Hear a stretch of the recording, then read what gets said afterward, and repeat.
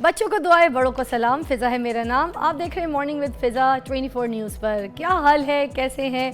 अच्छी सुबह गुजर रही है। जाहिर सी बात है आज तो बारिश भी इतनी नहीं हुई है। रात को फिर से, क्योंकि मेरे फ्रेंड्स में रहती हूँ लाहौर में, तो रात को फिर से शुरू हो गई थी बारिश 8 बजे। तो मैंने कहा अल्लाह खैर करे। ये बारिश है हमें तो बहुत खूबसूरत लगती है, क्योंकि परसों जो बारिश हुई थी वो बहुत तेज़ थी, बहुत तूफ़ानी थी। मैं अपनी खिड़की से छत पे जाके देख रही थी तो बस ऐसे जैसे दरख्त हवाओं में उड़ रहे हैं। वो देखने में बहुत अच्छे लग रहे होते हैं, मगर वैसे घबराहट होती है कि जैसे हमें अल्लाह ताला ने पक्की छत दी हुई है, हम तो सेफ़ हैं, मगर जिन लोगों की पक्की छत नहीं है उन लोगों को बहुत दुश्वारी होती होगी। जिस तरह से हमारे घरों में छोटे छोटे बच्चे होते हैं, उसी तरह उनके घर में भी छोटे छोटे नन्हे नन्हे बच्चे होते होंगे। फिर रात को जब बारिश चलना शुरू हुई ना, तो फिर मैंने अपने जो मेन गेट का दरवाज़ा होता है ना, ऐसे खोल के तो कार पार्क में हवा लेने की कोशिश की। तो ऐसे बारिश की फुहार और तेज़ जैसे जिस्म में ना लग रही हो ठंड, वैसी हवा आपकी बॉडी को लगी। तो मैंने फ़राल को बुला के अपनी बेटी को दिखाया। मैंने कहा देखो कितनी तेज़ ठंड हवा है, तो ये हमसे इस तरह से सही नहीं जा रही। तो जिन लोगों के मकान पक्के नहीं हैं, तो ये इसी तरह की ठंड में, इसी तरह की हवा में अपना गुजारा करते हैं और शुक्र अदा करते हैं अल्लाह ताला का। बात यही है कि हमें हर हाल में अल्लाह का शुक्र अदा करना चाहिए। और ये भी एक नेमतें हैं जो हम देख रहे होते हैं। बस कभी कभी नेमतें जो हैं, जो मुस्तहिक हैं ऐसे अफराद, उनके ऊपर बहुत भारी पड़ जाती है, तो सबके लिए दुआ भी साथ साथ करनी चाहिए। अच्छा जी, आगे चलते हैं। आज हमारे प्रोग्राम में बहुत कुछ है, बहुत कुछ ऐसी बातें जो आप सुनेंगे तो आपको सीखने का मौका मिलेगा। जब मैंने ये शो साइन किया था मॉर्निंग विद फ़िज़ा, ये हम प्लेटफॉर्म में 24 न्यूज़ पे हम जब आए थे, तो हमने एक ही चीज़ का तैयार किया था। हमारी मीटिंग जब हुई थी तो हम यही कह रहे थे कि हमने यहाँ पर इस सेट पे शादी ब्याह का ड्रामा नहीं करना। हमने ये जो सेलिब्रिटीज़ जो टीवी पे जिनको आप 24 घंटे देख रहे होते हैं, वो अपने सोशल मीडिया पर अपनी ख़बरें खुद ही चढ़ा रहे होते हैं। आपको सबका पता होता है कौन किसके साथ ड्रामा कर रहा है, किसके ड्रामे सीरियल्स के जो है वो शूट ख़त्म हो गए, चल रहे हैं। ये सारी ये कोई ऐसी नॉलेज नहीं है जो आपको जानना बहुत ज़रूरी हो। मुझे था कि हम अपनी ज़िंदगियों में कोई ऐसी अवेयरनेस ख़ुद भी अपने लिए भी लेकर आएँ और आप लोगों के लिए भी जो बहुत कारआमद हो, आप अपनी ज़िंदगी में उससे बहुत कुछ सीख सकें। तो इसी वजह से हम ना जब बैठे थे प्लान करने के लिए, तो हमने ये प्लान किया कि हमारा शो जो होगा इंफॉर्मेशन बेस होगा, जिसमें हम बहुत कुछ सीखेंगे, सिखाएंगे, ख़ास तौर पे अपनी सेहत, क्योंकि ज़िंदगी में सब कुछ आ जाती है मगर सेहत वापस नहीं आती। जो सबसे बड़ी दौलत है, वो बात बिल्कुल फैक्ट है कि सेहत हज़ार नेमत है। एक तरफ इंसान को यहाँ पर अरबों खरबों अशरफियाँ, पैसे, डॉलर्स, सोना, हीरे जवाहरात सब कुछ रख दिए जाएँ, ज़मीनों के कागज़ात, मकानों के कागज़ात, सब कुछ आपके पास इस साइड पे आपको दे दी जाए कि ये सेहत है, और आप हस्पताल में बीमार हालत में होंगे, तो आप क्या लेंगे? आप ये लेंगे दौलत या आप सेहत? नो डाउट उस वक्त जब आप बेड पे होंगे, बीमार होंगे किसी भी सिचुएशन में, तो आपने सबसे पहले ये कहनी है या अल्लाह मुझे सेहत दे दे, मेरा सब कुछ ले ले, मुझे ये नहीं चाहिए, मुझे सेहत दे दे। तो वो सेहत भी हमने कमानी है। जैसे हम रोज़ रूटीन में अपना रिस्क कमाते हैं, पैसे कमाते हैं, कोई प्लान करते हैं और कोई इन्वेस्टमेंट करते हैं कि आज 5 साल में ये है, 6 साल में ये है, 10 साल में ये है, उसी तरह हमने अपनी सेहत के ऊपर भी इन्वेस्ट करना है। हमने ऐसी ग़िज़ाएँ खानी, अपनी डाइट, अपनी हेल्दी लाइफस्टाइल, अपने प्लान्स ऐसे बनाने हैं कि कल को 5 साल के बाद आपकी जो एज है और आपकी जो सेहत है वो एक अच्छी शक्ल इख्तियार करें, ना कि वो डाउनफॉल में चले जाए। आप अपनी सेहत से हाथ खो बैठें और उसके बाद आप डॉक्टरों के चक्कर लगाना शुरू कर दें, क्योंकि डॉक्टर्स कुछ भी नहीं कर सकते। मैं एक बात बताऊँ, एक स्टेज ये आती है कि डॉक्टर्स कहते हैं हम कुछ नहीं कर सकते, वो तो सिर्फ एक हेल्प ही कर सकते हैं ना, कोई सर्जरी कर दी, कोई आपका ये सब, मगर सेहत तो अल्लाह की देन है, जिसको हम अगर तरीके से संभालेंगे तो ये हमारी मलकियत है। जब हम इसका ख्याल नहीं रखेंगे तो फिर इसकी मलकियत हम डॉक्टरों के पास भाग के उनको सौंपेंगे कि आपके हाथ में जो कुछ करना है आपने करना है, तो ये नहीं करना। हमें अल्लाह ने ये सेहत दी है, हमने अल्लाह को अपना हिसाब किताब देना है, अपना ख्याल रखना है। चले जी, मज़े की बात तो हम करते रहेंगे, मगर साथ साथ एक और जोक वाली बात है वो सुनाती हुई। ये देखें, दिख रहा है आपको? ये क्या है? ये क्या है? ये वो है जो कपड़ों के टैग में लगा होता है। मैनिक्विन्स जब कपड़े पहनी होती है ना, या फिर डिज़ाइनर शॉप पे आप जाते हैं तो वहाँ पर ये टैग होता है। वैसे चोरी करके लाएं कपड़े तब भी होता है, मगर मैं चोर नहीं हूँ। ये मुझे डिज़ाइनर ने दिए थे पहनने के लिए कपड़े, बहुत अच्छा डिज़ाइनर है। और मुझे क्या पता था कि कपड़े देंगे तो साथ में टैग निकालना भूल जाएंगे, तो सुबह से छुपाई फिर रही हूँ। मैंने कहा अब शो पे भी दिख जाए तो पहले ही बता दूँ कि मेरी गलती नहीं है, डिज़ाइनर की गलती है। मगर जोड़ा बहुत खूबसूरत था तो मैंने कैरी कर लिया। अच्छा जी, आज हमारे शो पे क्या क्या है पहले बता देती हूँ। आज हम बात करेंगे एक ऐसे बच्चे से जो कि 15 साल का है और उसने पाला हुआ है शेर। एक नहीं, दो नहीं, 28 शेर हैं उसके पास। उसके बाद उसके पास कोई 40-45 कुत्ते हैं, पता नहीं कौन कौन सी ब्रीड के। और उसके पास एक टैबी टाइगर है जो कि सिर्फ़ और सिर्फ इन्हीं के पास है। 6 करोड़ का टाइगर है, वो पूरे पाकिस्तान में किसी के पास नहीं है, सिर्फ इसके पास है। उस बच्चे से हम आपकी मुलाकात करवाएंगे। अगर जो तो किसी को शौक़ है इस तरह से जानवर पालने का और ऐसे शेर और वाइल्ड जानवर जो होते हैं वो पालने का, तो आप इनसे जो है टिप ले सकेंगे। आज भी हमारे शो पे ही होंगे। उन्हीं के साथ साथ हमारे पास आज होंगी एजुकेशनिस्ट, जिस पे हम बात करेंगे वो क्या है, बच्चों के बस्ते, हैवी बस्ते, जिसकी वजह से हमारे बच्चों की बहुत ज़्यादा सेहत ख़राब होती है। और हमारे बच्चों के, आपने देखा है पाकिस्तान में नॉर्मली जो फिगर है वो ये नहीं है, they are not like that. लड़कियां लड़के दे आर लाइक दैट। देखें ऐसे कुबड़ निकली हुई कहानी, ये नहीं होनी चाहिए। आपकी बॉडी फिगर ऐसा नहीं होना चाहिए। तो ये बॉडी फिगर इस वजह से ख़राब हो रहा है क्योंकि हम बच्चे के ऊपर उसकी जो वेट है उससे ऊपर का हम वज़न डाल देते हैं। इस पे बात करेंगे। उसके बाद हमारे पास होंगे माहिर अमराज मैदा। जो लोग कुछ भी खाते हैं उनको हज़म नहीं होता, मैदे के अमराज शुरू होते हैं। आप अमूमन किसी से भी बात करो तो कहते हैं नहीं यार मैं ये नहीं खा सकता, मुझे मैदे का मसला है, मैदे का मसला है, मैदे की बीमारी का मैदे का मसला है। तो आज उसके ऊपर बात करेंगे, ये क्यों होती है, किस वजह से होती है, कैसे बच सकते हैं, और ये बहुत ज़रूरी है इसका इलाज वो कैसे, वो सारे आज हमारे माहिरीन यहाँ पे बताएंगे। फिर हमारे पास होंगी डर्माटोलॉजिस्ट और डार्क सर्कल्स के बारे में हम बात करेंगे, क्यों होते हैं, क्या वजूहात होती हैं और उसके क्या कहते हैं किस तरीके से उसको आप ट्रीट करके अपनी खूबसूरती को वापस लेकर आ सकते हैं। तो चलिए अब अपने प्रोग्राम का आगाज़ करते हैं। सबसे पहले हम बुलाते हैं उस बच्चे को जिसके पास ये टाइगर है, अनस नाम है उनका। अस्सलाम वालेकुम। आइए जी अनस, क्या हाल है? आइए अनस तशरीफ़ रखिएगा। ये 15 साल के हैं माशाल्लाह से, और 15 साल की उम्र में मैं बताऊं इनके बारे में कि इतनी सी उम्र में इनको शौक़ हुआ, इनकी फ़ैमिली में किसी को नहीं है, इनके वालिद साहब को भी किसी को नहीं है, इनको शौक़ हुआ अभी 15 के, तो 3 साल से ये काम कर रहे हैं और इनकी फ़ैमिली ने इनको सपोर्ट किया और आज इनके पास 28 लाइन्स हैं। तो चले बात करते हैं अनस से। अस्सलाम वालेकुम। जी वालेकुम अस्सलाम। कैसे हैं? मैं ठीक, आप कैसी हैं? आप अपने शेर लेकर नहीं आए? मैं तो सुबह 1 घंटे पहले से यहाँ पे सेट पे आके बैठ गई। मैंने कहा चलो दोस्ती करूँगी। हमारी डायरेक्टर अलिया इनके, उन्होंने मुझे रात से ना डराया हुआ था, तो मैं बहुत घबरा रही थी। मैंने कहा चलो अब शो तो करना है, दोस्ती तो कर लें।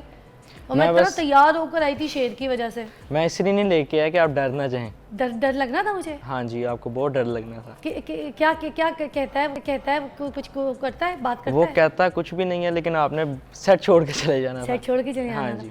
तो सुनो, इंजेक्शन वगैरह से उसको बेहोशी वोशी का लगा के कहीं लेके जाते हो या ऐसे ही? नहीं, ऐसे ही लेके जाते हैं। अच्छा, जंजीर वगैरह बांधी हुई होती हो? नहीं, खुला लेके जाते हैं, क्योंकि हम ऐसा कोई भी प्रेशर एनिमल पे नहीं डालते कि उसको लगे कि वो तंग माहौल में है। हम उसको पूरा जंगलात वाला माहौल देते हैं। जंगलात वाला? तुम भी पत्ते बांध के ऐसे घूमते हो, हले लल्लू हले लल्लू? नहीं, बिल्कुल ऐसा नहीं। उसके सामने केले खा रहे होते होगे, कच्चे फल, कच्ची सब्जियां, पत्ते खाते होगे।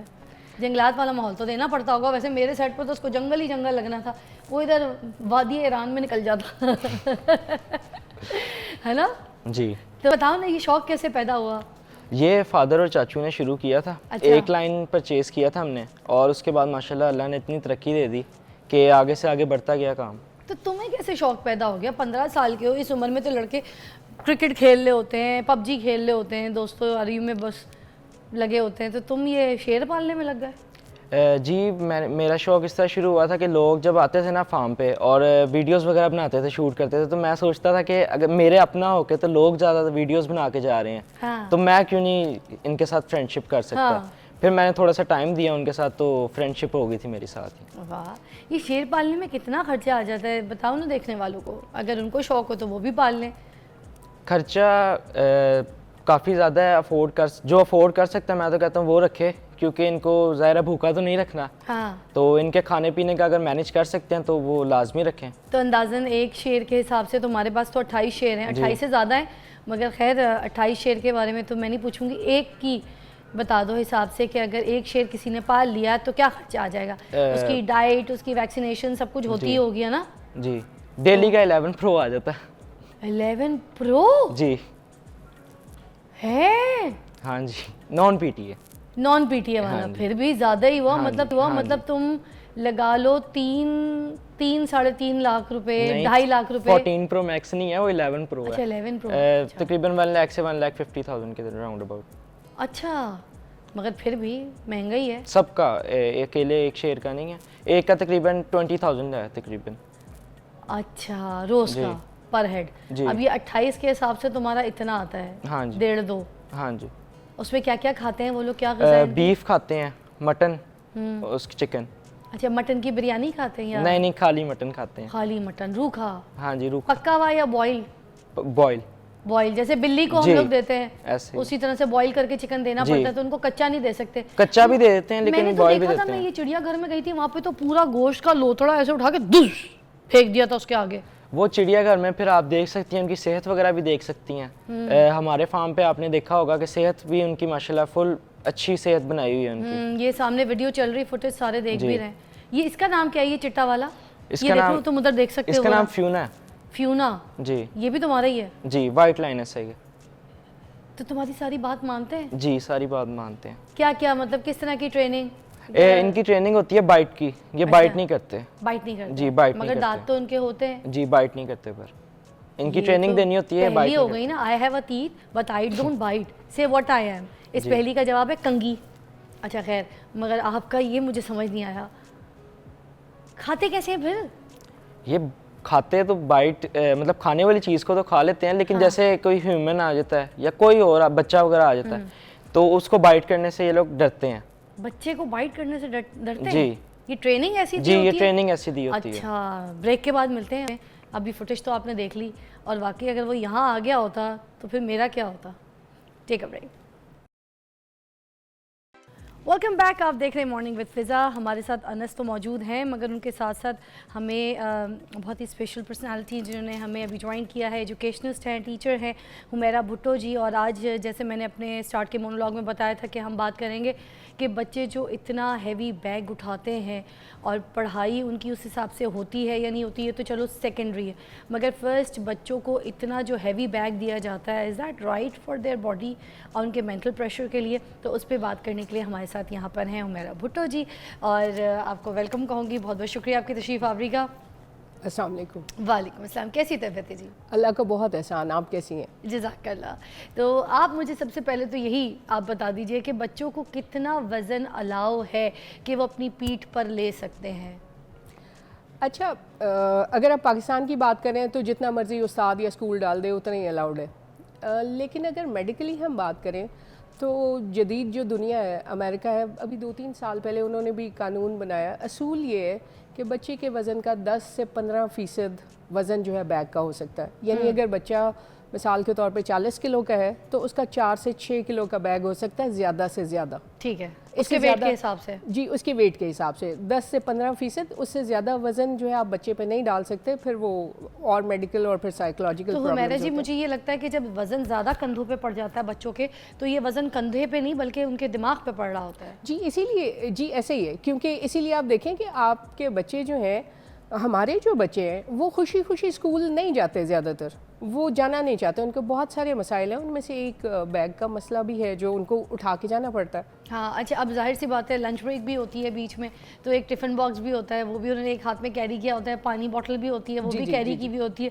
तो मतलब मेरी खुद की बेटी, मुझे पता है, मैं स्कूल छोड़ कर आ रही होती हूँ रोज़ सुबह, तो अच्छी खासी तैयार होती है, बाल छाल बनाने में 2 घंटे लगाती है, सब कुछ करती है।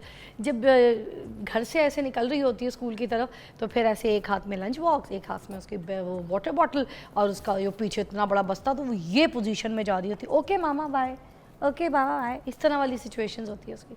तो ये बच्चों को बड़ा मेंटल ट्रॉमा है, बड़ा प्रेशर है ये। बिल्कुल है मेरा जी। और अगर आप देखें, गौर करें तो पिछले 15-20 सालों में हमारे जो छोटे बच्चे हैं, स्कूल के बच्चे ख़ास तौर पे, उनकी हाइट्स जो है वो बड़ी नहीं हो रही, उनके कद लंबे नहीं हो रहे। मैं तो अब टीचर हूँ, 23 साल से पढ़ा रही हूँ। हर साल बच्चों के जो कद हैं वो छोटे हैं, वो क्यों है? क्योंकि जब वो ग्रोइंग एज में हैं, उनकी हड्डियां बढ़ रही हैं, उनके मसल बढ़ रहे हैं, आप उन पे बोझ डालते हैं और वो बढ़ते ही नहीं है। ऐसे ही है, और उनके जिस्म में दर्द रहता है। ऐसे ही है, बिल्कुल सही कह रही हैं।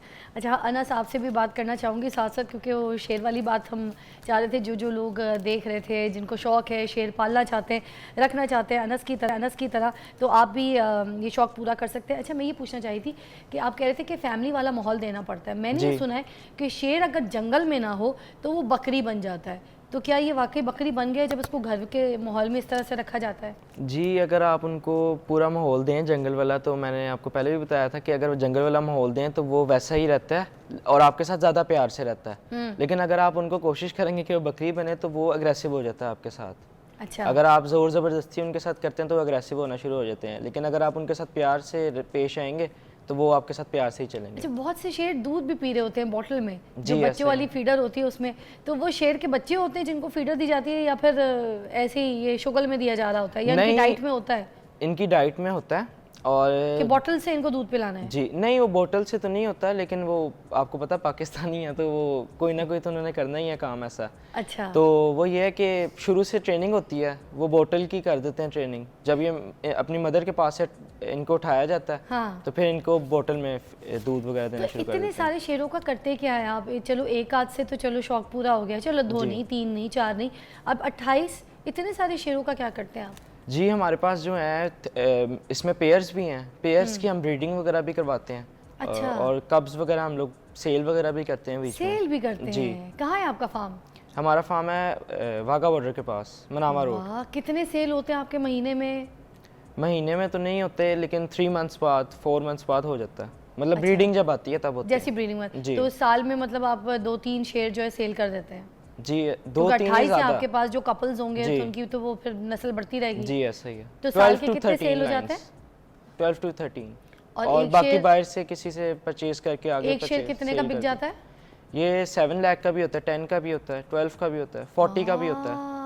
मुख्तलिफ अच्छा। प्राइजेज हैं। ये ब्रीड के हिसाब से होता है या फिर अपने वेट के हिसाब से बेचा जाता है? ये ब्रीड के लिहाज से होता है, नस्ल कह लें जिसे आप कहते हैं। अच्छा। कि नस्ल के लिहाज से होता है। और ये जो कुत्ते आपने रखे हुए हैं, ये भी आप इनकी भी ब्रीड कराते हैं आगे, इनको जी। भी सेल करते हैं? जी बिल्कुल ऐसा ही है। कौन कौन से कुत्ते हैं आपके हमारे पास आला भाई मौजूद है, चोचो है।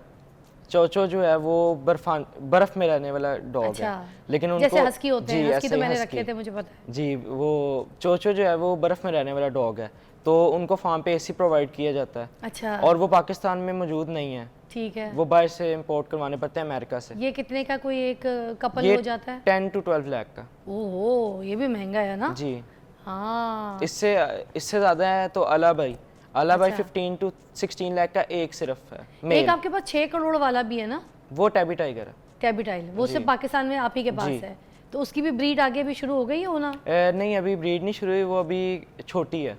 छोटी है। उसको 2.5 इयर्स एज होनी चाहिए और वो अभी 2 इयर्स की है। Thank you so much Anas, आपका शौक भी है और आपने इसको प्रोफेशन भी बना लिया, बिजनेस भी बना लिया, इसकी ब्रीड भी करते हैं, आके सेल भी करें। बल्कि मुझे लगता है जितने होंगे वो तो छोड़ के अब इसी पर लग गए होंगे, क्योंकि जिस तरह से बता रहे हैं कि इतने का ये सेल कर देते हैं और ये साल में इतने सेल हो जाते हैं 3 या 4, तो फिर तो ये बिज़नेस ही हो गया। तो very nice, best of luck, आप अपने शौक के साथ अपने काम को जारी रखिए। अभी हम बात करेंगे हमारे बैग्स के ऊपर ही, बच्चों के कि अच्छा ये कौन कौन सी किताबें हैं जो बहुत ज़रूरी हैं कि बच्चों के बैग में से ना निकाली जाए, अगर हम एक प्लानिंग के हिसाब से बात करें। क्योंकि खैबर पख्तूनख्वा में भी आपने देखा होगा कि उन्होंने ये इस बात का तायन किया था कि बैग्स जो है वो इतने हैवी नहीं होने चाहिए, और ये वाहिद खैबर पख्तूनख्वा ने किया था। तो आप इस बारे में क्या कहेंगी कि कौन कौन से कंपलसरी किताबें जो हैं वो बच्चों को दे देनी चाहिए क्लास 5 to 6 तक, और इस हद तक का उसके अंदर फिर ये वेट हो जाएगा, और उसके बाद फिर मज़ीद क्या होना चाहिए प्लीज़? देखिए, हमारे जो लाजमी सब्जेक्ट्स हैं, जो कंपल्सरी हैं, वो किताबें 5 होती हैं। ठीक है, और वो रोज़ बैग में होंगी तो ठीक है। 5 किताबें वैसे 5 बताइए भी किताबें। साथ साथ। जी, उर्दू है, इस्लामियात है, इस्लामियात। हिसाब है, अंग्रेज़ी है और हिस्ट्री है। अच्छा, अब उसमें भी प्लानिंग की ज़रूरत है कि ये 5 किताबें, 5 सब्जेक्ट्स रोज़ होंगे और ये 5 किताबें होना ज़रूरी हैं। या फिर जैसे आप इस्लामियात और उर्दू की किताब या हिस्ट्री और ज्योग्राफी की किताब, वो एक भी तो हो सकती है। आप छपने की ही बात है ना जी, फैक्ट्री में ही छपते हैं ना, ऐसे ही है। तो वो छपने की बात है, आप उनको इकट्ठे छाप दीजिए। 6-6 महीने की किताब, कंबाइन बुक बना के, कंबाइन बुक आप 6 महीने का सिलेबस कर दीजिए ना। अगर आपके बच्चे आपके लिए इतने कीमती हैं, जो कि हर कौम के लिए होते, तो फिर आप किताब को जो है वो क्यों नहीं करते चेंज? जी इनका होता है ना, first term, second term, third term, जब टर्म्स बनाए हुए ऑलरेडी एग्जाम्स कर रहे हैं, तो फिर व्हाई नॉट दिस वे? तो हम साल की किताब क्यों छाप रहे हैं, या हम 3 साल की एक किताब क्यों छाप रहे हैं, तो हम 6 महीने की किताब क्यों नहीं छाप रहे? क्या बात है, प्राइस भी कट हो जाएगी, वेट भी कट हो जाएगा, आपका बच्चा सुकून में आ जाएगा, इवन आपके असातिज़ा सुकून में आ जाएंगे। अरे वाह। और चीज़ें ज़्यादा ऑर्गेनाइज हो जाएंगी।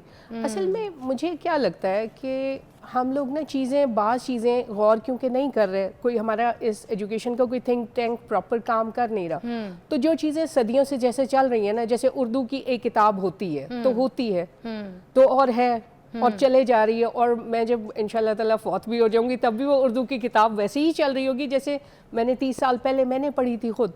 सो हमें सोचने की ज़रूरत है, हमें स्मार्ट होने की ज़रूरत है, वो हम नहीं हो रहे, और हमारा बच्चा सफ़र कर रहा है और हमारा उस्ताद भी सफ़र कर रहा है।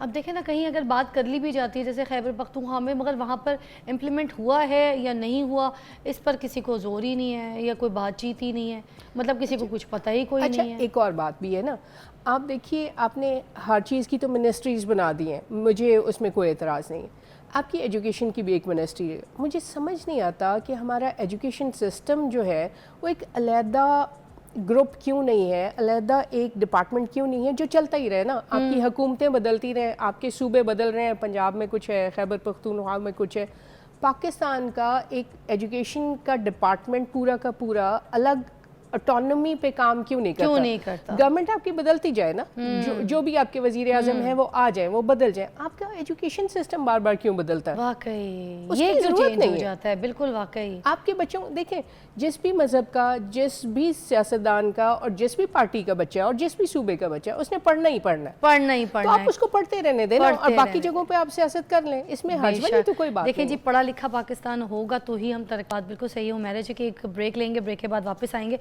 तो हम इसी टॉपिक को आगे एलैबोरेट करेंगे। वेलकम बैक, आप देख रहे हैं मॉर्निंग विद फिज़ा, और आज हम बात करें बच्चों के भारी बस्ते के ऊपर कि बच्चों को इतना ज़्यादा जो भारी बस्ता दे के हम भेज रहे होते हैं और बच्चों को इतना ट्रॉमा होता है उस वेट का, और किस हद तक बच्चों को जो है वो वज़न देना चाहिए। तो अभी जैसे हमें यहाँ पर जो एजुकेशनिस्ट हैं हुमैरा जी, उन्होंने भी समझाया और बात ये भी बताई कि जो हमारे कानून है उधर कोई ऐसी पॉलिसी या कोई ऐसा सिस्टम नहीं है जहाँ पर इसका वेट जो है वो फाइनल डिसाइड किया गया और बोला गया हो कि भाई इससे ज़्यादा बच्चों को वेट नहीं दिया जाएगा किसी भी स्कूल में।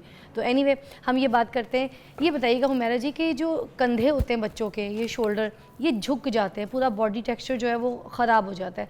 ज़्यादातर जो मेरी बच्चियाँ देख लें या फिर बच्चे देख लें, उनके कूबड़ निकले हुए होते हैं बैक से, जस्ट बिकॉज ऑफ दिस। तो अब ये बॉडी टेक्सचर तो ख़राब हो रहा है उनका, और यही एज होती है उनकी पूरी बॉडी के सिस्टम को बनाने की कि किस तरीके से उनका स्ट्रक्चर जो है वो खड़ा हो रहा है। तो अब आप क्या कहेंगे इस बारे में? देखिए, बॉडी स्ट्रक्चर की बात आपकी ठीक है कि बिल्कुल ख़राब हो रहा है, और हमारे ज़्यादातर बच्चों का ये ख़राब है भी। उसके साथ साथ एक और चीज़ भी हो रही है, उनका आई कांटेक्ट भी ख़त्म हो रहा है, उनका एतमाद भी ख़त्म हो रहा है। तो सिर्फ बॉडी स्ट्रक्चर नहीं, आप एक बच्चे की शख्सियत को ही तबाह कर रहे हैं सिर्फ इस गैर ज़रूरी बोझ से। ये जो किताबें हैं, अब जितनी ज़्यादा किताबें और जितने ज़्यादा सब्जेक्ट्स एक बच्चा पढ़ रहा है, रोज़ाना उसको ले के आना बिल्कुल गैर ज़रूरी बोझ है। किताब अच्छी चीज़ है, हम बहैसियत मुसलमान जो है वो किताब की इज़्ज़त करते हैं और ये बहुत अच्छी बात है, इल्म की भी इज़्ज़त करते हैं, लेकिन कहीं ना कहीं अब हमें स्मार्ट होना पड़ेगा ताकि मेरे बच्चे की जो सेहत है, उसका उठना बैठना है, जो उसकी ग्रूमिंग है, जो उसका एतमाद है, वो भी ठीक रहे, और सेहत सबसे लाजमी चीज़ है। बल्कि एक छोटी सी चीज़ आपको बताऊँ, बीबी आयशा ने एक दफ़ा आका सल्लल्लाहु अलैहि वसल्लम से पूछा कि आका कोई एक दुआ बताइए जो बहुत ज़रूरी हो सबके लिए करना, तो आपने फरमाया कि सेहत की दुआ किया करो। तो सेहत सबसे ज़्यादा ज़रूरी है। हाँ। और ये आका सल्लल्लाहु अलैहि वसल्लम का फरमान है, तो हमें भी ये सोचना चाहिए। क्या बात है। आज मैं बल्कि अपने मोनोलॉग में भी ये बात कर रही थी कि एक इंसान बिस्तर के जो है ना हॉस्पिटल के स्ट्रेचर पे पड़ा हुआ है, और उसके पास इधर उसको सारी दौलत, जायदाद, प्रॉपर्टी के पेपर सब कुछ रख दिए गए, और एक तरफ उसको सेहत रख दी गई है।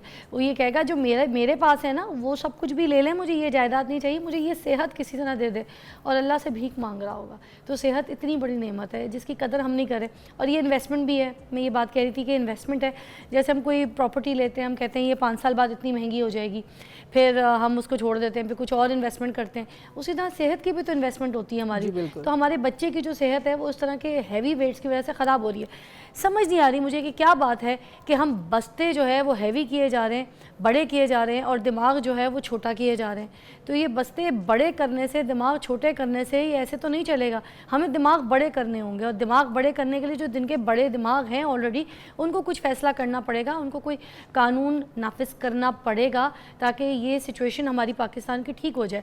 मैं एक और बात डॉक्टर मैं आपके यहाँ पर बोलूँगी कि मेडिकल्स में अगर आप जाके इस तरह से देखें, जो डॉक्टर्स हैं वो ये कहते हैं कि जितने भी जो वेट अगर उठाते हैं जो छोटे बच्चे होते हैं, एक तो उनकी हाइट रह जाती है, दूसरा जो हकीम सारे लोग होते हैं वो कहते हैं कि बच्चों की वेट की वजह से नाफ चली जाती है। जैसे मेरी भी बचपन में ना छोटे छोटे भारी भारी बच्चे थे, मैं सिर्फ बच्चे उठाती थी गोद में तो मेरी नाफ खिसक गई। अब वो जिसकी वजह से मुझे कभी 6 महीने में, कभी 5 महीने मुझे तकलीफ़ होती है, और वो ऐसी होती है कि मरने वाली तकलीफ़, वो बेली बटन के साइड पे पेन होती है। तो मेडिकल में तो लोगों को ऐसे इस चीज़ की समझ ही नहीं आती कि नाफ क्या होती है। वो एक नाफ इधर भी होती है मगर लोग समझते सिर्फ ये नाफ होती है। एनीवे, कॉल है, साथ लेते हैं, साथ फिर बात भी करते हैं। अस्सलाम वालेकुम। जी वालेकुम सलाम। ऐसा करता कराची से आपका प्रोग्राम आ रहा है, माशाल्लाह बहुत आम प्रोग्राम है। छोटे बच्चे होते हैं, उनका एजुकेशन का है। एक तो मैं बता दूं कि इस्लाम में जो एजुकेशन का है बच्चे का, वो एक मकतब का तस्वुर था कि 4 साल 4 महीने का बच्चा जब वो तो स्कूल जाए, लेकिन अब 12 केजी मॉन्टेसरी किंडरगार्टन सिस्टम में बच्चे जा रहे हैं, और उनको शुरू से ही पहले तो ये था कि इब्तदाई दौर में सिर्फ एक किताब और एक कॉपी, या एक ज़माने बहुत पहले था स्लेट होती थी और सिर्फ वो रीडिंग करते थे। लेकिन अब शुरू से ही हम देखते हैं कि जो KG1 है या मॉन्टेसरी का पहला स्टेप है, उसमें पूरा बैग बन जाता है, वो उन पर बोझ भी पड़ता है। अच्छा, आपके माहिर जो बैठे हैं माशाल्लाह वो बहुत अच्छी बयान कर रही। मैं उनसे ये पूछना चाह रहा था कि उनके पास कोई ऐसी सजेशन है कि जो बच्चा पहली दफ़ा जाता है किंडरगार्टन के स्टेप 1 में या मॉन्टेसरी या प्रेप में, तो उसके लिए कौन सी अहम किताबें हों जो उसके बैग में रखी जाएँ, बोझ भी हल्का हो और उससे नॉलेज भी ज़्यादा से ज़्यादा मिल सके, और वो उसकी उम्र के लिहाज से भी अहम हो। इस हवाले से अगर ये कुछ रोशनी डालें तो बहुत से लोगों को फायदा होगा। बहुत अच्छा सवाल है, बहुत अच्छा सवाल है एहसन। मैं अभी हुमैरा जी से आपको इसका जवाब जो है दिलवाती हूँ, आप देखते रहिएगा टीवी। जी हुमैरा जी क्या कहेंगी? अच्छा, जो इन्होंने सवाल किया कि जो मॉन्टेसरी के या किंडरगार्टन के KG तक के बच्चे हैं, उनकी किताबें तो हैं हल्की, उनका ये मसला नहीं है। ये मसला शुरू होता है क्लास 1 से। जब क्लास 1 की किताबें जो है वो भारी होना शुरू हो जाती हैं और 8 की 8 किताबें आपको रोज़ाना रख के ले जानी होती हैं। ये स्कूल को किताबें तो देखो, जो स्कूल पढ़ा रहा है, जिस तरह सब्जेक्ट डिवीज़न उन्होंने की हुई है वो तो वैसे ही पढ़ाएगा, और किताबें तो आपको बच्चों को देनी पड़ेंगी। इसका 2 चीज़ों में, एक स्कूल तो क्योंकि बच्चा छोटा है तो सब्जेक्ट डिवाइड कर सकता है, जैसे 4 सब्जेक्ट एक दिन पढ़ा दें और 4 दूसरे दिन पढ़ा दें, बैग खुद ब खुद आधा हो जाएगा। दूसरा, जो क्लास 1 में मैंने देखा है, क्योंकि छोटे बच्चे होते हैं, उनका फर्नीचर छोटा होता है, तो अमूमन क्लासेस में जगह होती है, बड़े स्कूलों में तो होती है, मैंने खुद देखा है, तो आप वहाँ बच्चे के नाम का लॉकर बना सकते हैं। जी, और इसी बात को बल्कि मैं आगे भी आपकी करना चाहूँगी कि बहुत सारे ऐसे ममालिक हैं जो बच्चों को खाली हाथ बुलाते हैं और ख़ाली हाथ ही बच्चे वापस जाते हैं। उनका वहाँ पर लॉकर सिस्टम होता है और वहाँ पर सिर्फ़ और सिर्फ ये करते हैं कि खाली हाथ बच्चे आते हैं मगर दिमाग में उनका कुछ डाल कर भेजते हैं। तो हमारे पास भी ये सिस्टम होना चाहिए। Thank you so much Humaira ji, बहुत मज़ा आया मुझे आपसे मिलके।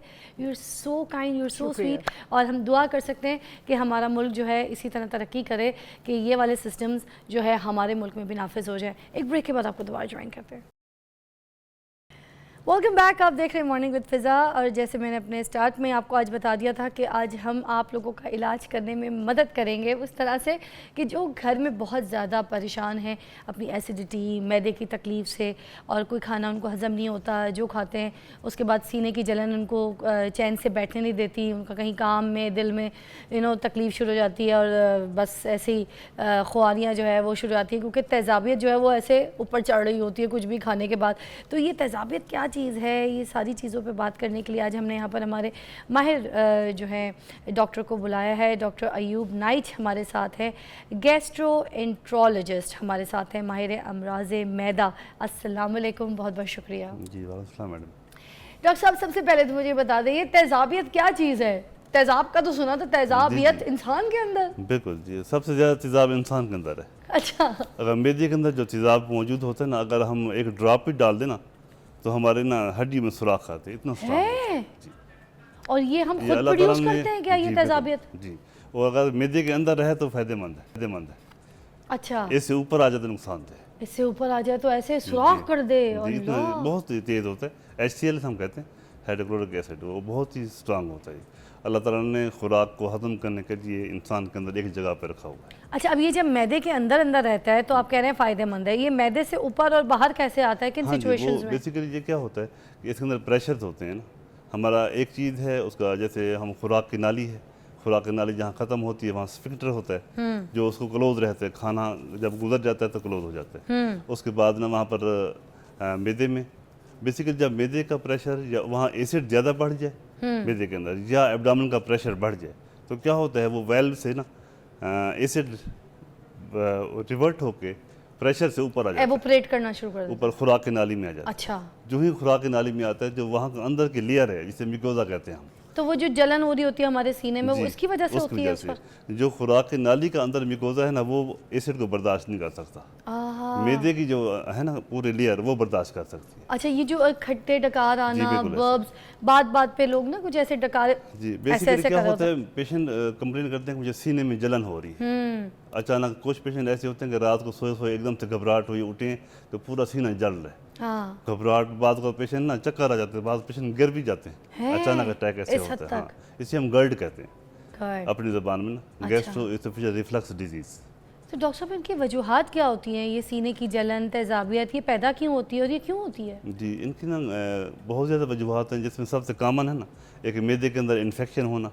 एक बैक्टीरिया होता है ख़ास किस्म का, हेलिकोबैक्टर पेरोराई, अच्छा, वो अगर वहाँ पर इन्फेक्शन ग्रो कर जाए उससे वो तेज़ाब ज़्यादा बनाता है। तो ये हेलिकोबैक्टर पेराराइट जो है, ये पैदा कैसे कौन करता है? ये जो ग़िज़ाएँ हम खा रहे होते हैं इसकी वजह से? बेसिकली ये जो है ना ट्रांसफ़र कैसे होता है हाँ, एक बंदे से दूसरे, पेशेंट से दूसरे में, ये खाने पीने की चीज़ों से होता है। अच्छा, जी, इसका जो रूट है ना वो है खाने पीने की चीज़, किसी एक इन्फेक्टेड चीज़ है, वहाँ से किसी ने खा लिए, वो इन्फेक्शन अंदर चला जाता है। अच्छा, इसलिए ना साफ़ सुथरी ग़िज़ाएँ और जैसे ये हम तमाम बाजार चीज़ें के खुले खाने, जी, कोई बिल्कुल, गन्ने का जूस ये पी फुल हाई लिया, रिस्क है। वो उसमें कोई अगर किसी चीज़ की बिल्कुल। इन्फेक्शन है, कोई बर्तन किसी का गंदा है और हमने बिल्कुल उसमें बिल्कुल आराम से होता है। वो फ़ौरन जैसे ही खाएंगे इन्फेक्शन हमारा बनना शुरू हो जाएगा। बिल्कुल, वो अंदर जाता है, फिर अपना ग्रो करता है, इफेक्ट करता है। एक मेन वजह ये है मैदे की सोजिश की, इसे हम गैस्ट्रोपैथी कहते हैं, तेजाबियत कहते हैं इसकी। अच्छा, उसमें क्या होता है, उसका तो ट्रीटमेंट है, प्रॉपर डायग्नोज हो जाए, डायग्नोज होने के बाद हम उसका एक एंटीबायोटिक्स पूरा कोर्स होता है वो करते हैं, तो वो आमतौर पर पेशेंट ठीक हो जाता है। अच्छा, लेकिन इस तरह के इसके बारे में पता कैसे चलता है? इसके कौन से खास टेस्ट होते हैं जो आप कहते हैं अपने जी, पेशेंट को बिल्कुल। और उसके पेशेंट बाद हमारे इसका पास- डायग्नोस्ट होता है? पेशेंट हमारे पास इन इलामात से आता है जो उसको कई महीनों से हो रही होती हैं, या कई दिनों से या कई हफ्तों से, कि तेजाबियत होना, मैदे में दर्द होना, मैदे में जलन होना, घबराहट, पेट फूल जाना, इस तरह की तमाम चीज़ें। जो उसको हम सबसे सिंपल यह है कि ब्लड के अंदर ना उसका सीरम H pylori एंटीबॉडीज़ कराते हैं, IgG। जी, वो देखते हैं, अगर वो है तो उसके अलावा एक होता है breath test, urea breath test.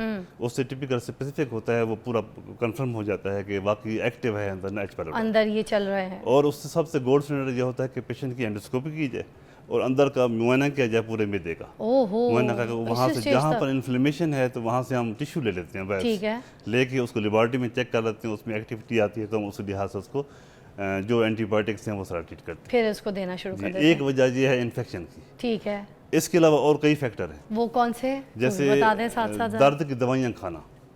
दर्द की? हाँ, हम घर के अंदर तमाम चीज़ें क्या होता है कि वो दर्द की दवाइयाँ हम खाते रहते हैं, कोई दर्द हुआ को बगैर किसी के बताए हुए खा ली, एक दफ़ा दो दफ़ा, क्या होता है इसे एनसेड्स कहते हैं। एनसेड्स का ज़्यादा इस्तेमाल मैदे के अंदर ना सोजिश शुरू कर देते हैं। तो ये दांत के दर्द जिन लोगों को बहुत ज़्यादा हाँ होता है, जी, एनसेड तो सबसे ज़्यादा इस्तेमाल जॉइंट्स करते का, हैं। आर्थराइटिस के पेशेंट हो गए, इस तरह न्यूब्रोफोर्ट के। बहुत खाते हैं हाँ लोग जी, पट्ठों के दर्द के लिए। बिल्कुल, ये तमाम दवाइयाँ ऐसी हैं जो मैदे को ना समझो कि सोजिश कर देती हैं, गैस्ट्रोपैथी करती हैं, अच्छा, सारी गैस्ट्राइटिस कर देती हैं। मेडिकेशंस एक तरफ, मगर किसी भी किस्म का पेन दर्द, किलर हाँ, जो है वो वो आप सबसे- रेकमेंड नहीं करते, क्योंकि उसकी वजह जी, से ये बिल्कुल। वाला प्रॉब्लम बहुत ज़्यादा इशू बढ़ अगर जाता है देना भी मैदे पड़े, का। हाँ देना भी पड़े पेन किलर, तो हमें ख़ास एक टाइम में देना होता है और देखना डिजीज़ क्या है और उसको पेशेंट को बताना क्या है, प्रोफाइलेक्टिव क्या है इसका, इसे अच्छा। प्रिवेंट कैसे होना है आप तमाम चीज़ें। अच्छा, अब मुझे बताएं, जो चलिए ये तो आपने बता दिया कि किसी भी किस्म की दर्द की कोई दवाई अगर आप खाते हैं तो वो हर दवाई का कोई साइड इफ़ेक्ट होता है, तो उसका साइड इफ़ेक्ट है मैदे की ख़राबी, वो मैदे को ख़राब करता है। कोई भी किस्म का पेन किलर, ये डॉक्टर साहब ने अभी बताया है, तो एक तो इन्फेक्शन हो गया, ये दूसरा इशू, ठीक है। तीसरा और क्या और ऐसे जो होते सबसे हैं? अहम है ना अभी जो हम हर बंदा इस्तेमाल करता है वो हमारा आज के खाने, खाने, हाँ जो स्पाइसी फूड हम जैसे ना मुख्तलिफ टेस्ट डेवलप करने के लिए हर तरह के, क्योंकि हमें उसमें ऑयल का पता नहीं होता कौन सा है, घी कौन सा है उसके अंदर मसाला जात कौन से हैं, फ्रेश हैं, ओल्ड हैं, और बड़े डिफरेंट टाइप्स के होते हैं। उस पर एक ना रेसिपी को टेस्ट को डेवलप करने के ये लिए जो लाल मिर्च होती है जिसको हम पिसवा के हर खाने हर हांडी का जायका निकालने के लिए उसमें डाल रहे होते हैं, क्या लाल मिर्च भी तेजाबियत, जलन? बिल्कुल करती है, एक खास मिकदार तक ठीक है, उससे ज़्यादा हो तो फिर करती है। नमक हो गया, ये मिर्च होगी, जितने गरम मसाला जात में जितने भी आ जाते हैं कंटेंट, गरम मसाला भी? जी सारा। ओह, तो इसके खास मिकदार तक आप रखें तो ठीक है। और गरम मसाला तो सारा बनता भी इससे है ना, दालचीनी का पाउडर हो गया, ये ज़्यादा डाल देते हो हैं गया टेस्ट के लिए, उसमें क्या होता है फिर सारे होता भी गरम है, इसकी सारी तासीर भी गरम होती है। बिल्कुल, और जितनी है ना हमारी ये सारी स्पाइसी ऑयली फूड्स हम खाते हैं, बारबेक्यूज हैं हमारे सारे, और तली हुई चीज़ें जिसे हम आम ज़बान में कहते हैं, ये सारा सारा एक ना इसका काफ़ी अच्छा घी वगैरह भी, जी तेल वगैरह भी सिलेक्ट करके एक खास मिकदार में होता है, अच्छा हो, साफ हो, उससे ज़्यादा हो तो प्रॉब्लम। ये काली मिर्चें और हम हरी मिर्चें खा सकते हैं, उससे तो प्रॉब्लम नहीं? मुनासिब मिकदार में, मुनासिब मिकदार में खा और जो सकते हैं, आम हेल्दी पर्सन तो खा सकता है, जो पेशेंट है उसके लिए फिर हमें खास ख्याल रखना। अच्छा, मगर ये लाल मिर्च जो है ये मैदे की खराबी पैदा तो नहीं करती ना, एक सवाल है, या करती है? ज़्यादा नहीं तो पैदा करती, ज़्यादा ले तो पैदा कर देती है। और हरी मिर्च, काली मिर्च अगर खा रहे हैं और लाल मिर्च नहीं खा रहे, किसी घर में हरी मिर्च और वो काली मिर्चों से अगर जायका दे रहे हैं तो फिर तो उससे पैदा तो नहीं होगी? इनकी मिकदार है, खास मिकदार तो रखें, इससे भी पैदा हो सकती है हर चीज़। अच्छा, स्पाइसेस भी जो हम खा रहे होते हैं जो हेल्दी फूड है वो वेजिटेबल्स हैं, हाँ, जायका निकालने के लिए मेहमानों के सामने, घर वालों के सामने, तो इन स्पाइसेस से भी जो है ना मैदे की प्रॉब्लम होती है, और हमारे पाकिस्तान में इसका रेशो बहुत हाई है। एक इन्फेक्शन जो हेलिकोबैक्टर पेराई का है, दूसरा एनसिड्स हैं जो दर्द की दवाई हैं, और तीसरा ये स्पाइसी फूड है। ठीक है।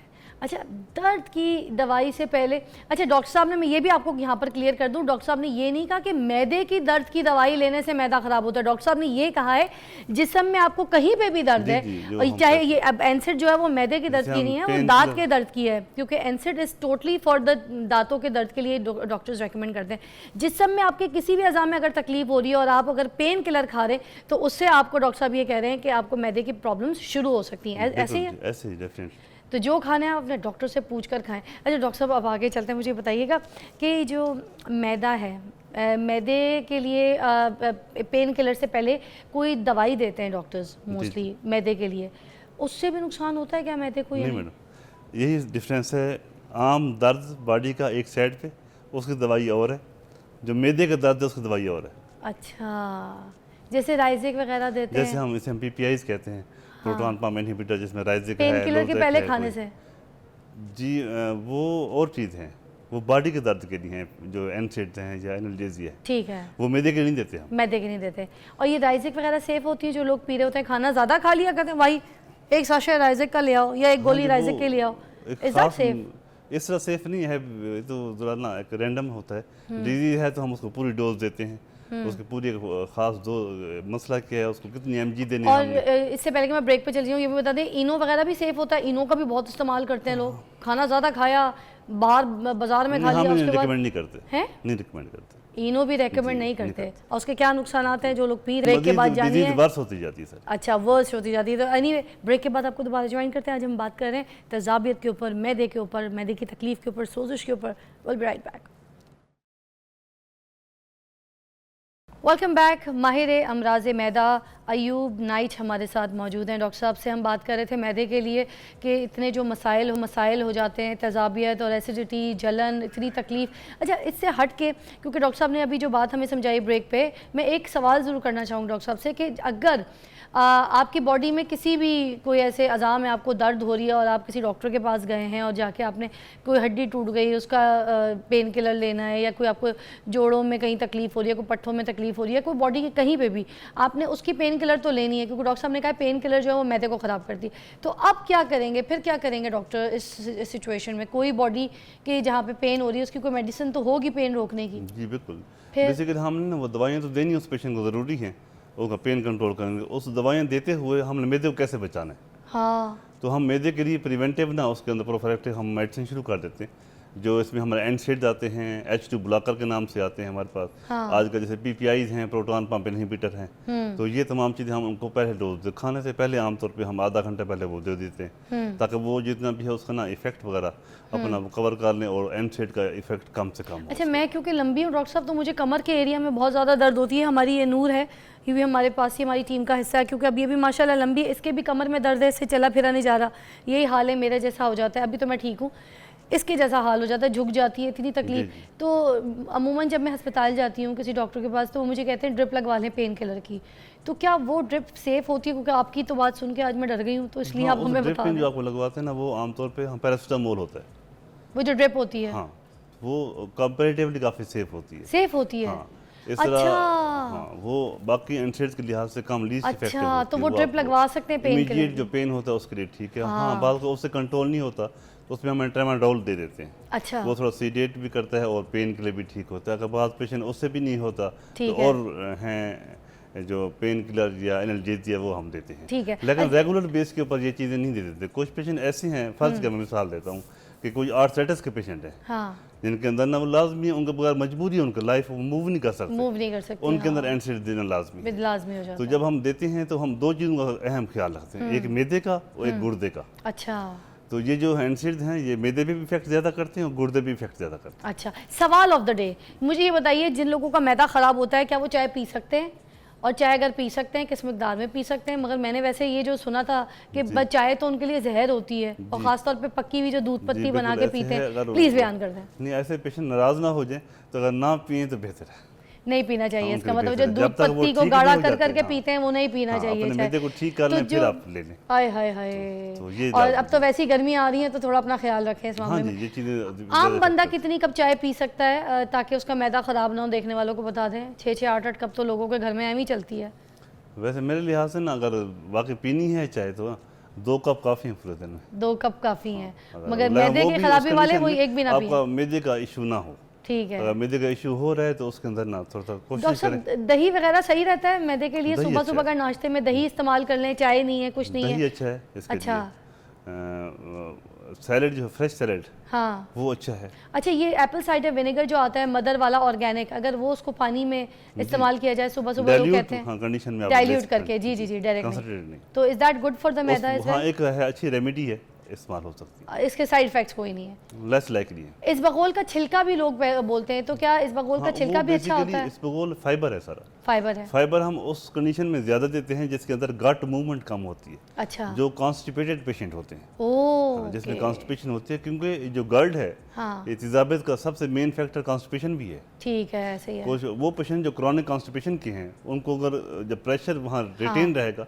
तो एब्डोमिनल प्रेशर बढ़ेगा, जीआई का, उससे रिफ्लक्स होगा उसको। हाँ, तो फिर इसको किस तरह से हम खा फिर हम सकते हैं? फाइबर मैदे के हम पेशेंट देते जो हैं। है, उस फाइबर गरम डाइट हम दूध में देते ले लें, पानी में ले लें, जी, ऐसी बिल्कुल ले सकते हैं, पानी में, दूध में ले सकते हैं एक खास मिकदार में। और अच्छे फाइबर भी आ गए हैं मार्केट में, अच्छा, जो फाइन फाइबर हैं, पानी में डिजोल्व हो जाते हैं। जी, फाइबो के नाम से जी, मैं, क्योंकि बिल्कुल, अब और जब भी बात हैं ही हो रही है तो काफ़ी। किसी की मदद ही करूं, फाइबो के नाम से वो डिजोल्व फाइबर है, पाउडर बिल्कुल फॉर्म में होते हैं। वो पेशेंट पानी में जिनमें गट मूवमेंट स्लो है, तो उसमें गट को हमने मूव करना है। ओके, वो हम लिक्विड इंटेक से ज़्यादा, पानी की मिकदार, फिजिकल एक्टिविटी से, ताकि वो ग्रेविटी इफेक्ट वगैरह हो, और फाइबर डाइट से।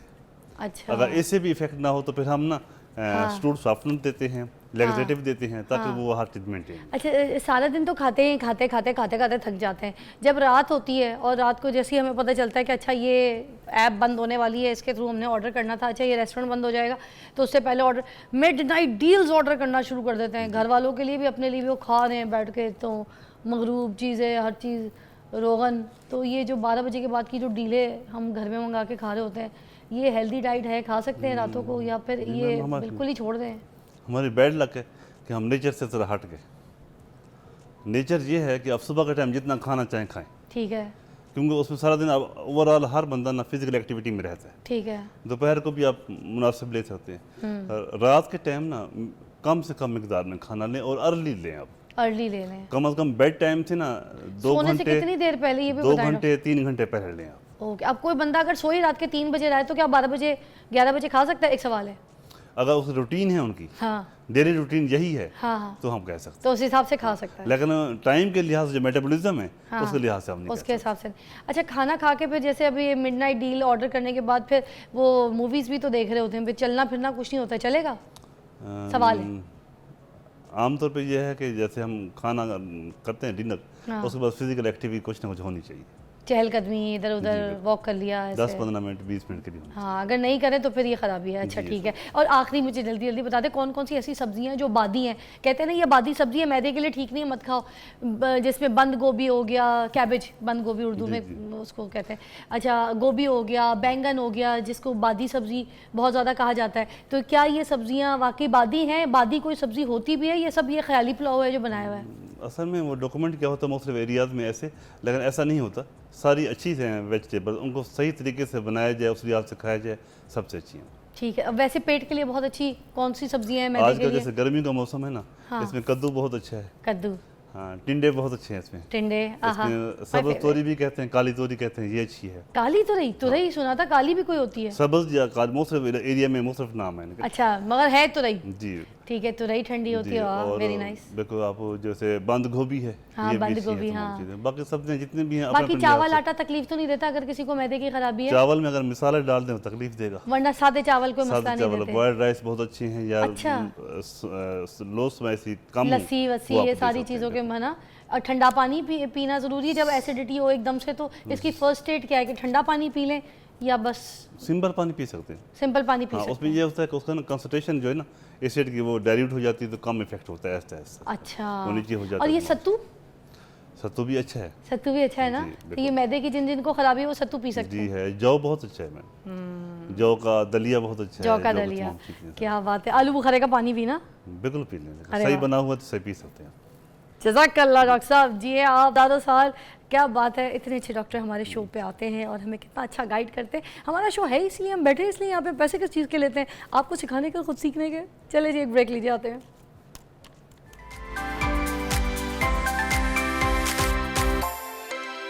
वेलकम बैक, आप देख रहे हैं मॉर्निंग विद फ़िज़ा और हमारे पास डॉक्टर हैं मरियम मंजूर, डर्मेटोलॉजिस्ट हैं। हमने आज इनको इसलिए मदऊ किया है ताकि हम इनसे पूछ सकें कि जो बहुत ज़्यादा डार्क सर्कल्स लोगों को एक बहुत बड़ा इशू बन गया है, बहुत प्रॉब्लम है, लोगों की शादियां होने वाली होती हैं और एकदम से वो डार्क सर्कल्स की वजह से जो है ना वो अपना कॉन्फिडेंस लूज़ कर जाती हैं। फिर बच्चे जो पढ़ रहे होते हैं उनमें बहुत ज़्यादा इशू है, छोटे छोटे बच्चे, उनकी आँखों के नीचे खड्डे, काली आंखें, ये सारा कुछ हो जाता है।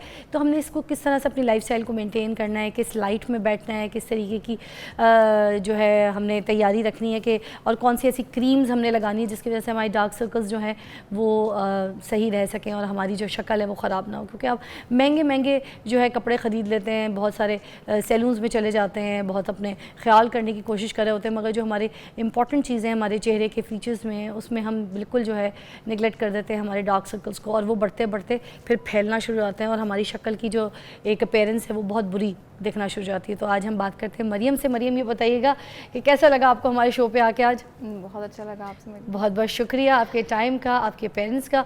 मुझे बताइए, ये जो डार्क सर्कल है इतना ज़्यादा इशू बन गया है लोगों के लिए और लोगों को समझ नहीं आता, पता नहीं कैसे कैसे इलाज करना शुरू कर देते हैं, कौन कौन से सिरम लगाना शुरू कर देते हैं, तो उससे फिर वर्स्ट होना शुरू हो जाता है। आँखें यहाँ पर और पतली हो जाती हैं, इनफैक्ट झुर्रियाँ आना शुरू हो जाती हैं।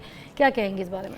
अच्छा फ़िज़ा, मैं आपको बताऊं कि डार्क सर्कल्स की ना मल्टीपल रीजंस हैं, ठीक है। जैसे अब जो आजकल की हमारी जनरेशन है उसमें सबसे बड़ा कॉज ये है, एक तो लैक ऑफ स्लीप है कि टाइम पे सोते नहीं है, नंबर 2 टैबलेट्स और जो मोबाइल डिवाइसेस हैं इनका इस्तेमाल बहुत बढ़ गया है, they are all emitting UV rays, ठीक है। उससे क्या होता है, स्किन ड्राई होती है। आपने देखा है ना, आप बहुत देर स्क्रीन इस्तेमाल करते हैं तो आपकी आंखों में खारिश और ड्राइनेस आना शुरू हो जाती है, ठीक है। तो उससे क्या होता है, स्किन ड्राई होगी, रिंकल्ड होगी, तो वो एज और डार्क लगती है, ठीक है। ये बॉडी का स्किन का रूल है कि जहाँ पे भी स्किन थोड़ी सी लूज होगी, जॉइंट्स पे होगी या ऐसे नकल एरिया पे, तो आपने देखा ना 10 to 15% आप ही की बॉडी से थोड़ा डार्क होता है, तो आंखों के साथ भी यही मसला है कि वहाँ की स्किन भी रिंकल्ड एंड डार्क नजर आना शुरू हो जाती है। सो पानी का इस्तेमाल आजकल, जैसे पानी कम पीते हैं, कोल्ड ड्रिंक्स और फिजी ड्रिंक्स का ट्रेंड ज़्यादा है, ठीक है, वो ज़्यादा पी जाती हैं। एक ये बड़ी रीज़न है कि हाइड्रेशन कम है, लैक ऑफ स्लीप है, स्ट्रेस बहुत बड़ा इसमें एक एलिमेंट है कि स्ट्रेस की वजह से आंखों पर डायरेक्ट असर पड़ता है, ठीक है। फिर आपकी आ जाती है कि हमारा जो लाइफ स्टाइल है वो ज़्यादा ये हो गया कि लेट नाइट जागना है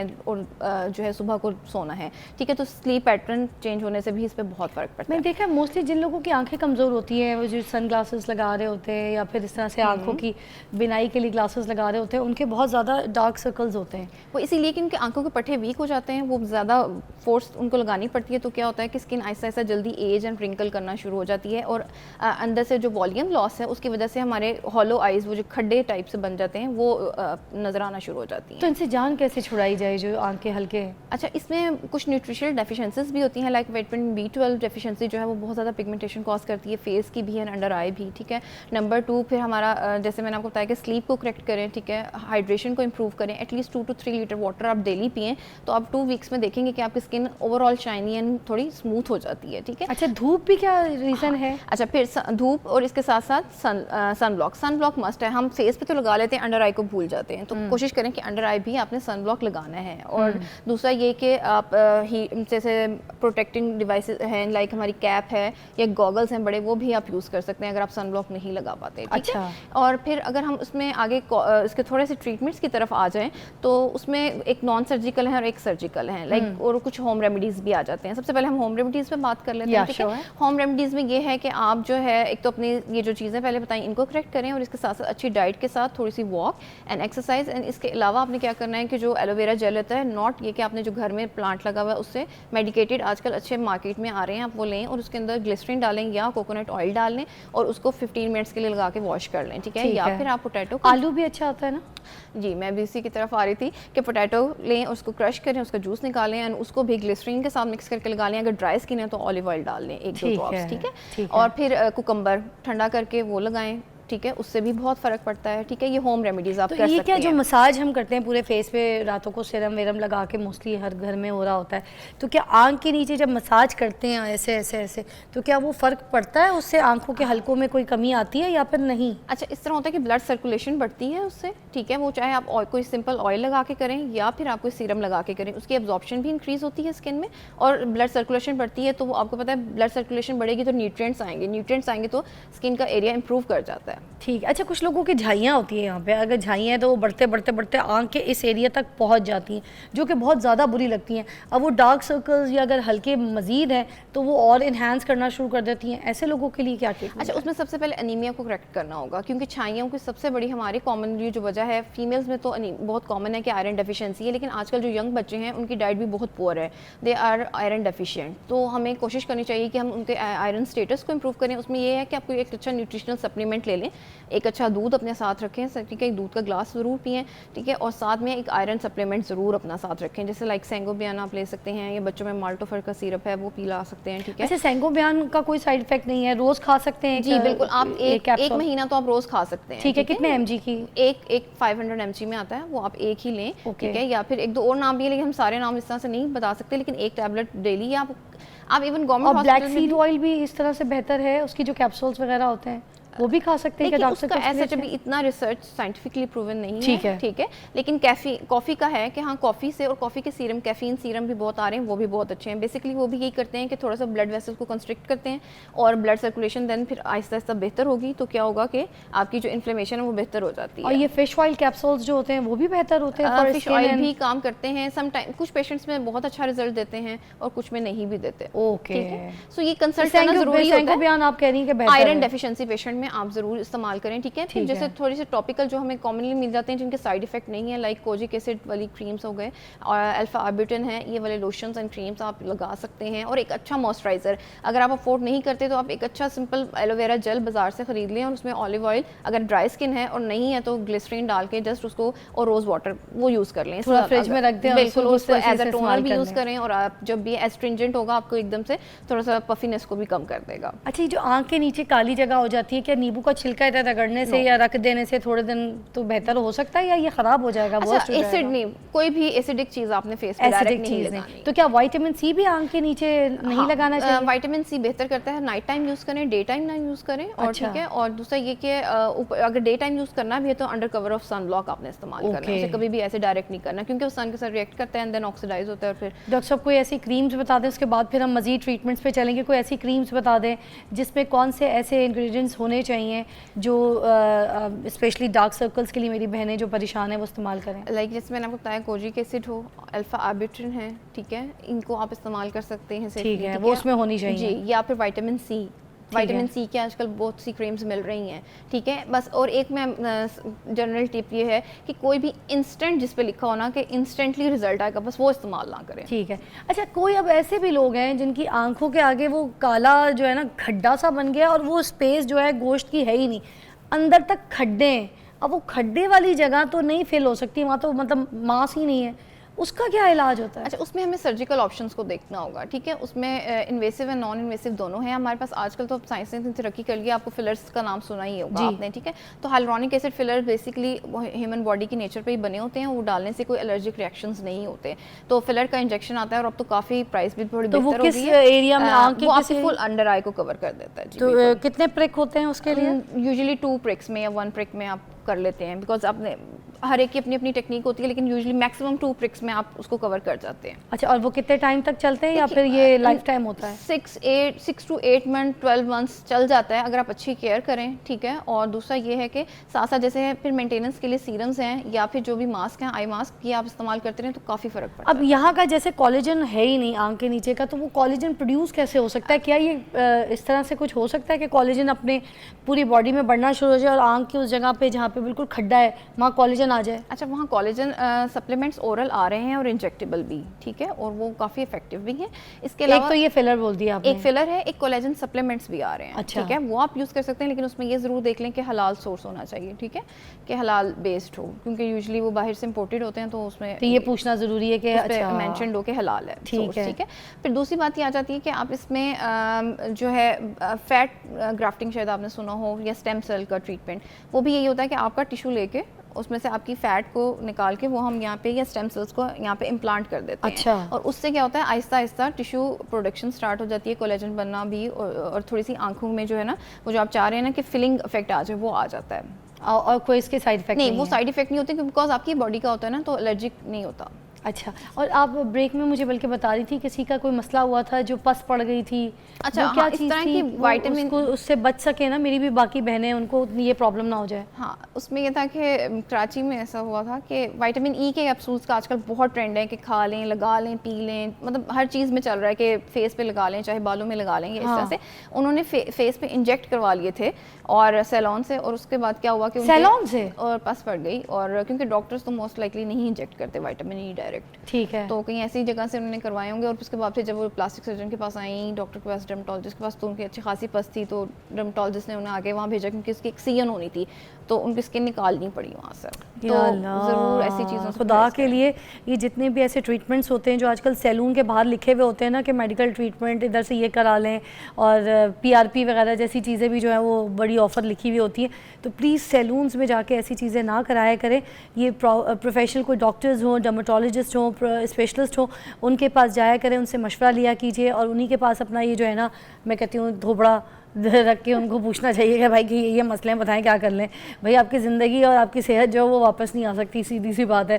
तो ऐसे अच्छा, एक और चीज़, ये जो सैलून्स में होते हैं जितने भी ये जो डर्मा फेशियल्स होते हैं और क्या होते हैं, हाइड्रा फेशियल्स होते हैं, क्या ये सही होते हैं? क्या इधर से करवा लेने चाहिए? देखिए, आई विल सजेस्ट कि आप डॉक्टर के पास करें, क्योंकि ये एक बाकायदा मेडिकल ट्रीटमेंट है। अगर आप अच्छे वाला हाइड्रा फेशियल डॉक्टर्स ने निकाली थी ट्रीटमेंट, जी, ठीक है, तो उससे बहुत स्किन पे फ़र्क पड़ता है, अंडर आई भी फ़र्क पड़ता है, तो आई विल सजेस्ट कि आप डॉक्टर से। ये जो लेज़र लाइट्स होती हैं, ब्लू लाइट, रेड रे लाइट, समथिंग लाइक ऐसी लाइट्स होती हैं, तो क्या ये लाइट्स भी फ़ायदेमंद होती हैं आँख के एरिया के डार्कनेस के दूर करने के लिए? अच्छा, इसमें जो ब्लू एंड रेड लाइट का आपने जिक्र किया, वो ओवरऑल फेस में अपीयरेंस में बेहतर करती है, ठीक है, लेकिन जो अंडर आई स्पेसिफिक है उसमें पीको लेज़र हम इस्तेमाल करते हैं। पीको लेज़र, उससे फ़र्क पड़ता है। पीको लेज़र क्या काम करती है डॉक्टर साहब, ये ज़रा देखने वालों को बता दें, क्योंकि उन लोग को ये समझ आती है कि शायद वो चेहरे के बालों को जो है ना वो ब्राउन करती है, जैसे ब्लीच लगाते हैं, तो ये यही चीज़ है या कुछ अलग है? अच्छा, पीको लेज़र ये तो उसका इंस्टेंट इफेक्ट होता है ना, कि वो आपको लगता है कि एक ब्लीचिंग इफेक्ट देती है, ठीक है, लेकिन जो उसका एक्चुअल इफेक्ट है ना, वो ये होता है कि आपकी स्किन में मौजूद जो पिगमेंट है उसको वो ब्रेक डाउन करती है, और आपकी बॉडी में जो सेल होते हैं वो आहिस्ता आहिस्ता उनको ब्लड सर्कुलेशन के जरिए से उसको रिमूव कर देते हैं। तो उससे क्या होता है कि आपको पिगमेंट जो है वो टूटता है और आहिस्ता आहिस्ता ख़त्म होना शुरू हो जाता है। और पीको कितने टाइम के बाद रेकमेंड आप करती हैं कि ये इस तरह से ठीक हो सकेगा? कितनी सिटिंग? आइडियली तो 2 वीक्स से 4 वीक का वक्फा हमें डालना चाहिए एक ट्रीटमेंट में। अच्छा, डिपेंड करता है कि आप कैसे मैनेज कर सकते हैं, आपकी रूटीन क्या है, प्रोफेशन क्या है। और कौन कौन सी ऐसी ग़िज़ाएँ हैं डॉक्टर साहब, वो भी बता दें जो आँख के ये खड्डे और ये गहरी आँखों के लिए जो है बेहतर हो। अच्छा, आपने बैलेंस डाइट लेनी है। एग्स बहुत इंपॉर्टेंट है, एग डेली लें, ठीक है। इसके अलावा आप नट्स बहुत इंपॉर्टेंट है, नट्स लें डेली, ठीक है। खजूर का इस्तेमाल करें, इससे आयरन भी बेहतर होता ये है। हम सिर्फ रमज़ान में करते हैं, हमें पूरा साल करना चाहिए खजूर। और इसके अलावा जो है जो बैलेंस में आप फ्रूट्स, वेजिटेबल एंड जो मीट है उसको बैलेंस मकदार में लें, ठीक है। तो वो कोई बहुत मुश्किल डाइट ऐसा जिसके लिए नहीं है कि आप स्पेसिफिकली। और गुड स्लीप आपने कहा, good sleep is very important. अच्छा, आपने वो पीआरपी का जिक्र किया, पीआरपी रह गया। हमारे पास केमिकल पील की भी ऑप्शन होती है, that is an safe and instant way, उससे भी जल्दी आपके डार्क सर्कल्स जो हैं वो बेहतर हो जाते हैं। खड्डे नहीं, डार्क सर्कल्स। ठीक है। और जो पीआरपी, खड्डों का तो वही आपने इलाज बता दिया कि 2 तरीके के, एक वो फिलर है और एक दूसरा आपने बताया कि फैट डिसॉल्विंग है, ठीक है। फैट ग्राफ्टिंग है, ग्राफ्टिंग है, ठीक अच्छा। है। अब जो पीआरपी एंड मेसोथेरेपी है, ये दोनों एक ही प्रिंसिपल पे काम करते हैं कि वो दोनों को हमने इंजेक्ट करना होता है अंडर आई एरिया में। उससे फिलिंग इफेक्ट भी आता है और उससे पिगमेंटेशन भी जाती है। और ये हर 2 वीक बाद या 3 वीक बाद आप करवा सकते हैं सेफली, और इसके बहुत अच्छे रिजल्ट हैं। और जब एक दफ़ा आपका प्रॉब्लम सॉल्व हो जाता है तो आपको लाइफ लॉन्ग करवाने की ज़रूरत नहीं होती। एक बड़ी मिसकंसेप्शन है कि शायद हमने एक दफ़ा स्टार्ट करा लिया तो हमें करना ही पड़ेगा। देखिए, जब आपका एक प्रॉब्लम ख़त्म हो गया तो then you have to maintain it, ठीक है। तो बस फिर ज़रूरत नहीं है, फिर आप अपनी डाइट, स्लीप, हाइड्रेशन इनको इंप्रूव रखें और एक अच्छा सीरम, मास्क कोई भी लगाते रहें, एंड दैट्स इट। अच्छा, ये जो हम गोरा होने का इंजेक्शंस वगैरह लोग लगा रहे होते हैं, इसके बारे में बता दें कि अगर डार्क सर्कल्स हैं, किसी को फुल बॉडी वाइटनिंग की तरफ जाता है, ये ट्रीटमेंट लेता है, तो क्या उसके आंखों के हल्के के जो डार्क्स हैं वो भी कम हो जाएंगे, शेड्स? देखिए, और जो ग्लूटाथायोन है ना, एंटीऑक्सीडेंट है बेसिकली। तो ये एक एंटी कैंसर ड्रग थी जिसका एक साइड इफेक्ट था कि वो वाइटनिंग करता था, और एशियन पॉपुलेशन में it's famous because of whitening effect, ठीक है। सो वाइटनिंग तो पूरी बॉडी पे हल्की सब जगह आएगी, तो इस जगह पे भी डेफिनेटली इफेक्ट आएगा, लेकिन ये इसका सोल ट्रीटमेंट नहीं होगा। ओके, ठीक है। Thank you so much doctor साहब, आपके टाइम का, आपने बहुत हमें अच्छी इन्फॉर्मेशन दी। और मुझे उम्मीद है कि जिन जिन लोगों को बहुत ज़्यादा ट्रॉमा है अपने डार्क सर्कल्स को लेके और बहुत परेशान है, तो वो अपनी ट्रीटमेंट अब ख़ुद तरीके से करेंगे। और 2 चीज़ें जो ख़ास मैं आपको रिपीट करना चाहूँगी कि जो हम सैलून्स के बाहर बोर्ड देखते हैं और जाकर वहाँ पर ट्रीटमेंट करवाना शुरू कर देते हैं, तो खुदा के लिए वहाँ पर कोई इंजेक्शंस या कोई काम या ऐसी ट्रीटमेंट ना करवाइएगा। जो है अपने प्रोफेशनल डॉक्टर से रब्ता कीजिए, रुजू कीजिए और उनके मशवरे के मुताबिक फिर अपना ये आई सर्कल, डार्क सर्कल्स, इनका इलाज कराइए। मेरी तरफ से आप सबको खुदा हाफ़िज़। देखते रहिए मॉर्निंग विद फ़िज़ा।